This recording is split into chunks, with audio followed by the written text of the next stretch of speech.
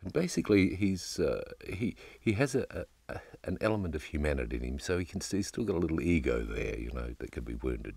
But basically, he can't be hurt, and so you can play him fairly calm all the way through, regardless of what's coming at him, and with basically a fairly neutral voice, except when his ego gets in the way, then he fires up a couple. Even when he gets hurt, he doesn't get hurt so badly.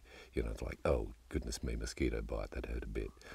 So I guess we're just this incredibly powerful man, and so his voice is appropriate to that fellow.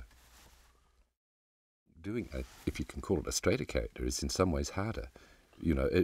Walter has an alternate character called Walternate in our show, and he's in some ways harder to play than Walter, because Walter is just free. I mean, anything that I choose to do, really. I never vary from the script, but I can invent anything I want to for him because he's got no boundaries.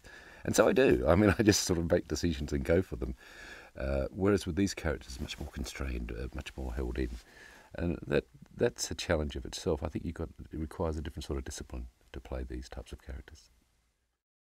When I was a little boy growing up in the country of South Australia, we only had radio. We didn't have television, didn't even have phones, but we had radio.